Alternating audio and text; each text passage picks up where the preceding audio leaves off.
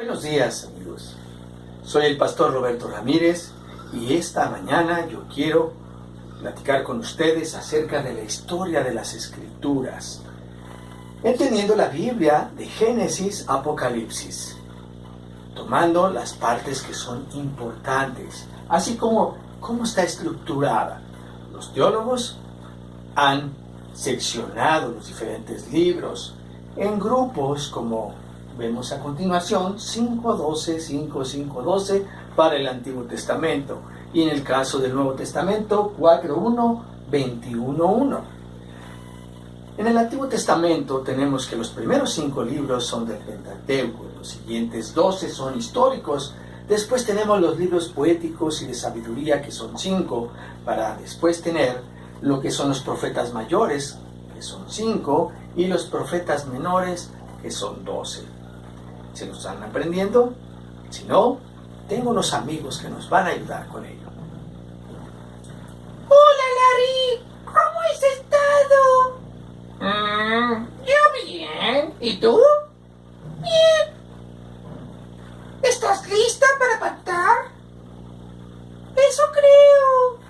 Muy bien. Vamos a enseñarles cómo es el canto. Un canto listo. ¿Y estás lista? Sí. Ok. Adelante. Y dice así: 5, 12, 5, 5, 12. ¿Te lo aprendiste? Muy bien.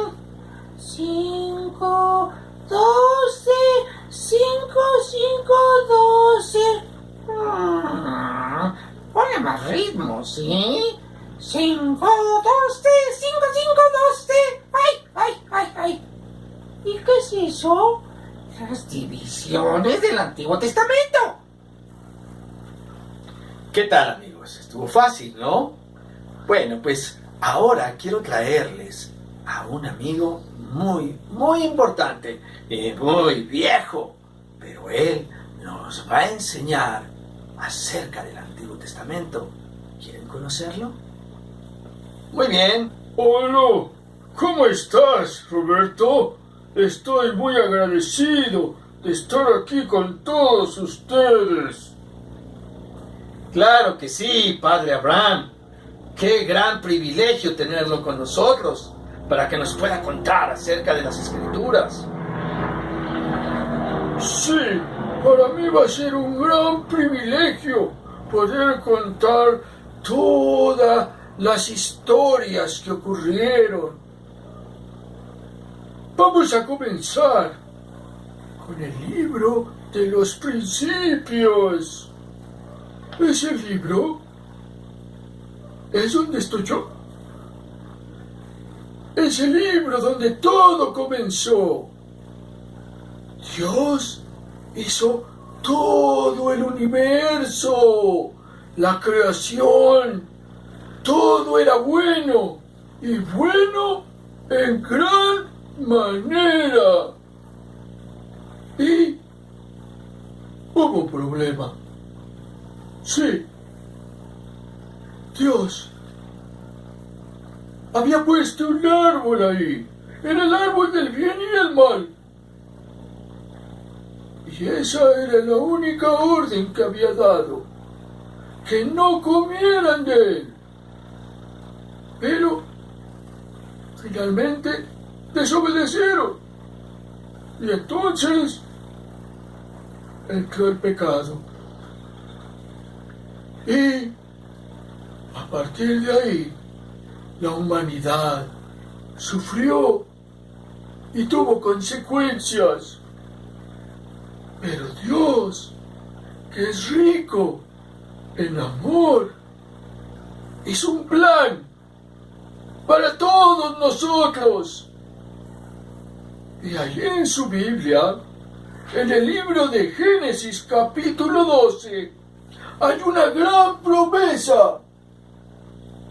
Una promesa que me hizo a mí, de tierra, de gente, descendencia y bendiciones a toda la familia. Esa es muy importante, porque es un pacto, y ese pacto lo cumplió a través de toda la escritura. Así que después vinieron mis descendientes, Isaac, después Jacob y los 12 hijos de Jacob, de los cuales vino la nación de Israel. Pero pasado el tiempo, ellos se hicieron un pueblo, y en ese pueblo los hicieron esclavos en Egipto. Y ahí en Egipto sufrieron por 400 años. Hasta que Dios el Altísimo, los escuchó y envió a un líder, un libertador, a Moisés. Moisés,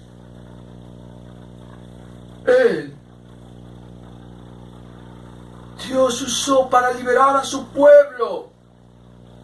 Y una vez que el pueblo salió, hizo un pacto también con él, pero diferente al mío.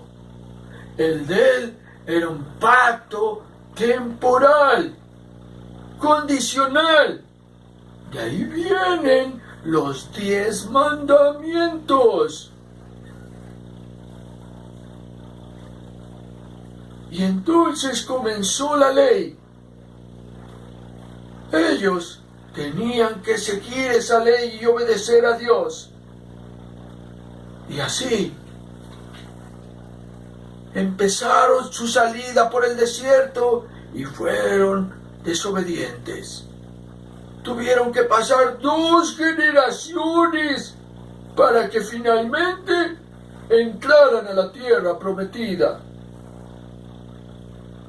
Así, por su desobediencia, pasaron varios libros en la Biblia, a través donde vemos cómo Dios puso en cada uno de ellos algo que tenían que seguir. En los Números vemos la primera generación desobediente. En Levítico vemos cómo Dios instituyó la forma de adorar y los sacrificios. Y después, en el libro de Deuteronomio, con la segunda generación, estaban preparados para renovar ese pacto de bendiciones y maldiciones. Por eso Deuteronomio 28 es muy importante. Y de ahí ellos finalmente tenían las bases para lo que Dios quería. Pero no le tocó a Moisés entrar a la tierra prometida, sino a Josué. Josué tuvo que conquistar la tierra de Canaán. Aunque no la conquistó toda, pero sí gran parte. Al morir Josué, un gran líder, comenzaron problemas en el pueblo. Ellos desobedecieron Deuteronomio 28. No siguieron a Dios, siguieron a otros dioses, y por eso Dios los castigaba. Y después el pueblo clamaba, se lamentaba, hasta que finalmente Dios levantaba un juez para que los liberara. Y así, finalmente, ocurría una y otra y otra y otra vez, para después pasar a lo que querían. Un rey. Demandaban un rey. Y el profeta Samuel le tocó eso.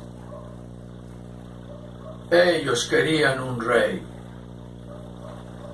Y Dios les cumplió su capricho y tuvieron al primer rey que se llamó Saúl, un rey que no era conforme al corazón de Dios, pero después vino uno que sí, el rey David.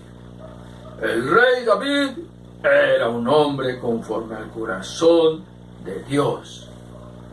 Él sí hizo lo que a Dios le agrada. Luchó, conquistó, su corazón estaba prendido del corazón de Dios. Compuso muchos salmos, muchos cantos a Dios que hablaban de su vida, de sus experiencias. Y así fue como David fue un gran guerrero. Pero no le pudo tocar hacer algo que estaba en su corazón. Y era construir una casa para el Señor, un templo. Pero ese templo vendría con su hijo Salomón. A su hijo le tocó construir ese maravilloso templo. Pero después de él, las cosas empeoraron. Desde Salomón mismo siguió a otros dioses, y ese fue el gran pesar. Esa es la gran idolatría del pueblo de Israel, hasta que finalmente Dios los castigó nuevamente, como decía Deuteronomio 28. Fueron castigados, y finalmente el reino fue dividido, pero por amor al rey David y por su promesa que hizo, porque hizo un pacto, el pacto davídico, el pacto del rey, que no iba a faltar descendiente, no iba a faltar un rey. Permitió que uno de sus descendientes siguiera siendo rey, pero del reino del sur. Y las otras 10 tribus hicieron el reino del norte. Y fue así como el reino fue dividido por muchos años. Lucharon, pelearon entre ellos también. Otros pueblos también los sometieron y sufrieron, pero no se arrepentían. Muy interesante, Padre Abraham. Pero, ¿y qué pasó con esos pueblos del reino del norte y del reino del sur que no querían arrepentirse? ¿Qué hizo Dios? Pues bien, como yo te estaba diciendo, sí, Dios hizo algo. Dios envió profetas, muchos profetas que predicaron en el norte, predicaron en el sur, y su mensaje era: están haciendo lo malo, están ofendiendo a Dios, siguiendo a otros dioses. ¡Arrepiéntanse! ¡Arrepiéntanse! Y vuélvanse a Dios. Pero ellos no quisieron. Entiendo, Padre Abraham. ¿Y qué pasó después? Pues, como te decía, vinieron muchos profetas. Y esos profetas daban señales que Dios les enviaba. Señales como no había lluvia, resucitaron muertos. Sucedían cosas sobrenaturales, como cuando se prendía un fuego para un sacrificio de la nada, como lo hizo Elías. Pero ellos no se arrepentían. Pero Dios, en su misericordia, empezó a mandar promesas para el futuro, promesas donde empezó a hablar de un Mesías, un nuevo pacto. Y ese pacto dio muchas pistas. a través de Isaías, Malaquías, Jeremías. Muchos de ellos hablaron que vendría un Mesías. Los salmos también. Todos esperaban a ese rey que los liberaría. En medio de eso, Dios siguió obrando y dando luz, historias de misericordia. Cuando fue el tiempo de los jueces, tenemos la historia de Ruth, una mujer moabita, ni siquiera era del pueblo de Israel, pero su amor, su fidelidad era tanto que apareció un judío, Boaz, el gran redentor para esa viuda desamparada. Así va a aparecer un redentor para el pueblo de Israel. Y después, eso era esperanza. Los profetas, hubo varios. Hubo algunos que vinieron antes de que Dios mandara el gran castigo. El gran castigo fue el exilio. Fueron conquistados por otros pueblos. En esos pueblos, el primer reino en caer fue el reino del norte en el 722 a.C. Oh, ya dije el Mesías. Está bien. Entonces, ellos fueron llevados al cautiverio y después fue el reino del sur en el 586 por Babilonia. Y hubo profetas también que hablaron en el exilio, como Isaías, Jeremías, y unos que hablaron antes, Jonás, Abdías, pero ellos no oyeron. Y Dios envió otros profetas, como Daniel, un gran joven ilustre, un joven que amaba a Dios. Y él pudo investigar que en Jeremías había una profecía que contaba los años del exilio que iba a tener el pueblo de Israel, los cuales iban a ser 70 años. Y eso se cumplió en su tiempo. Y Dios permitió el regreso de su pueblo. Y al regreso fue que levantó otros líderes, como Esdras. Él iba a reconstruir la adoración para Dios. Zorobabel también. Y Nehemías, la ciudad. El trabajo no fue fácil.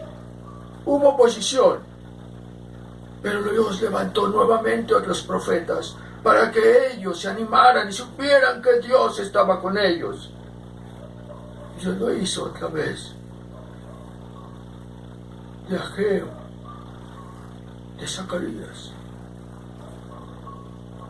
Y finalmente también vemos la misericordia, porque hubo otra historia con la reina Esther. Con todos aquellos judíos que fueron desobedientes y no regresaron del exilio, también Dios tuvo misericordia y los restauró. Muy bien, Padre Abraham. Así es que fue una historia larga. Y algo más que nos quieras decir, Padre Abraham. Sí, Malaquías fue el último profeta. El pueblo estaba desanimado. El pueblo estaba endurecido, a pesar de haber sido liberado nuevamente. Y Dios enviaba el mensaje: vuélvanse a mí, cumplan con lo que yo les digo. era nuevamente un llamado a volver a Dios, a la esperanza. Y encontramos más libros, sabiduría, salmos, proverbios, cantares, Eclesiastés, todos ayudan para aprender a vivir y dar la gloria a Dios y tener fe siempre. Gracias por invitarme, Pastor Roberto. Gracias, Padre Abraham. Muy importante y muy significativo sus historias. Gracias. Ha sido muy interesante lo que nos ha presentado el Padre Abraham respecto al Antiguo Testamento. Y una vez terminado, tenemos que hay 400 años de silencio entre el Antiguo Testamento y el Nuevo Testamento. Pero no significa que no ocurrieron cosas. Se estaba preparando todo para que pudiéramos tener en el escenario la venida del Mesías. Surgieron diferentes grupos judíos porque ellos querían ahora guardar con celo aquello que no habían podido hacer. Su idolatría pues fue finalmente cobrada a través de ese exilio, pero ahora ellos querían finalmente obedecer a Dios, tanto que lo llevaron a extremos muy celosos, como los fariseos, los escribas. Y en medio de eso encontramos la venida del Mesías, y es donde empieza el Nuevo Testamento. El Nuevo Testamento lo encontramos dividido en sección 1, que son los Evangelios. La siguiente sección que tenemos es la historia con el libro de los Hechos. Posteriormente las cartas generales, que son varias, y tenemos finalmente el último libro, que es el de profecía. Para esto, en los Evangelios tenemos 4 autores que nos hablan con una perspectiva diferente cada uno de ellos.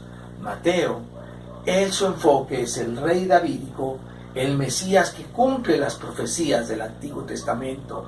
Él está enfocado en presentar cómo Jesús cumplía todas aquellas cosas que quería el pueblo judío, desde su genealogía, que él era verdaderamente el heredero de David. También cómo a su vez cumplía el lugar donde habría de nacer, y finalmente otras profecías igual acerca de su muerte. Él era el Mesías que cumple las profecías del Antiguo Testamento para los judíos. Mateo escribía a los judíos. Y para Marcos, quien era ayudante de Pedro, él, muy cercano a él, escribe este evangelio, que es el primer evangelio que se escribió. Él dice que Jesús es el Hijo de Dios sufriente y que los creyentes deberían de tomar ese ejemplo para seguirlo. Él lleva prisa en su evangelio. Su evangelio es que lleva hacia la cruz. Él va de una manera inmediatamente. Las acciones son muy rápidas, porque Él quiere mostrar ese Jesús en la cruz, para que ellos puedan ver el poder y ellos puedan cobrar ánimo ante el ambiente que sufrían y eran perseguidos. Después tenemos a Lucas, ese médico que anduvo con los primeros cristianos, con los apóstoles, con Pablo. Él escribe.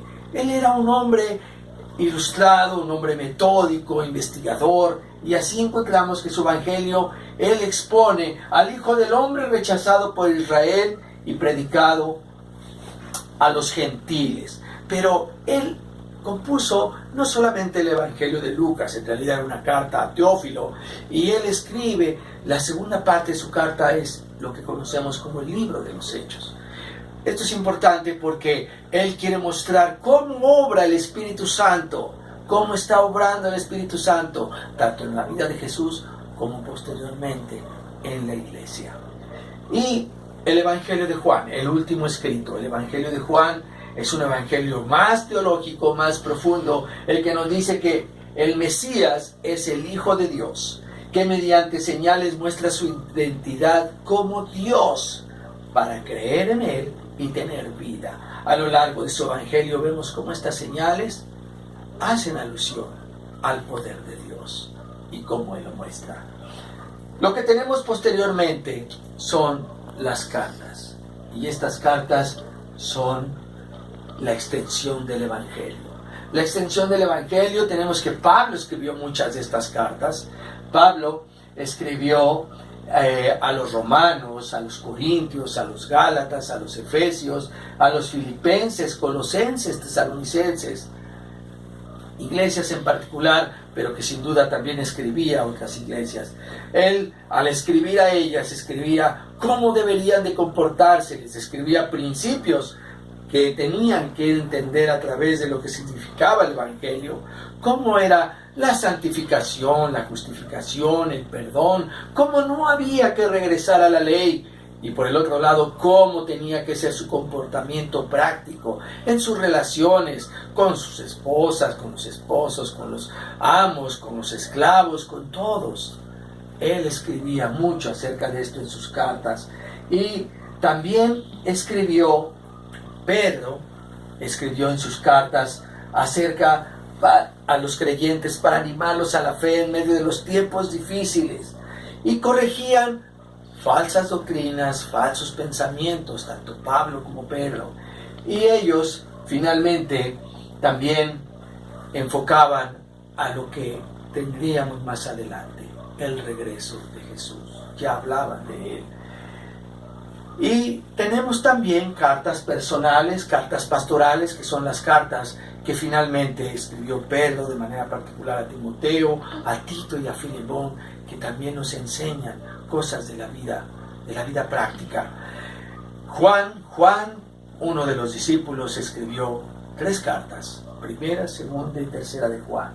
Él enfocado también en contrarrestar el pensamiento que era algunas malas doctrinas que se empezaban a infiltrar, y también enfocaba mucho su pensamiento hacia el amor, a poner en práctica lo que habían recibido, a poner en práctica verdaderamente su discipulado a través de amarse unos a otros. El libro de Judas es un libro importante, un libro pequeño, pero un libro muy importante, que habla al final de la era de la iglesia, cómo va a entrar la apostasía, las malas obras, evidencia de esa apostasía, pero hay que luchar, hay que contender con fe. Y llegamos al último libro del Nuevo Testamento. Ese último libro es el libro de profecía, un libro difícil, un libro complejo, un libro que además se enfoca en el futuro. Ya no es la historia, ya estamos hablando de lo que aún ni siquiera nosotros hemos vivido. Es un libro que encierra los últimos tiempos, que conlleva lo que sería un mensaje de parte de Jesús a las iglesias de aquella época, pero que va a ser un mensaje muy pertinente también para estos tiempos. Un mensaje de lo importante y de lo que han dejado y lo que deben hacer, pero al mismo tiempo también va el orden de los acontecimientos futuros, la escatología que tendremos hacia adelante, la tribulación a través de los diferentes juicios que va a haber, y cómo van a sucederse, y qué va a haber en ellos. Pero al mismo tiempo, después de ello tenemos lo que será el juicio, el gran trono blanco. Tendremos cómo Jesús finalmente regresará y levantará ese juicio que finalmente ha prometido. Cómo habrá también 1000 años, Él reinará, estará aquí, cumplirá finalmente las promesas hechas en Daniel al pueblo de Israel. Pero al mismo tiempo también tenemos lo que serán cielo y tierra nueva. ¿Recuerdan cómo comenzó todo? Génesis. En el principio creó Dios los cielos y la tierra estaba desordenada y vacía, y Dios le dio orden, y todo era bueno en gran manera, todo lo que Dios creó. Pero todo eso bueno se vio afectado por el pecado. Y ahora en el último libro de Apocalipsis vemos que Dios vuelve a restaurar todas las cosas. Cielos nuevos, tierra nueva. Ya no va a haber más muerte. Entró el pecado y con ello entró la muerte. Aquí es echada la muerte al lago de fuego y azufre. Y tenemos que no habrá más llanto, más dolor, y lo que hay es compañerismo. Ese es el final, el regreso del Rey. Por eso podemos resumir que la historia de la Biblia es el origen, propósito y el plan para el ser humano creado para darle la gloria a Dios. Dios les bendiga.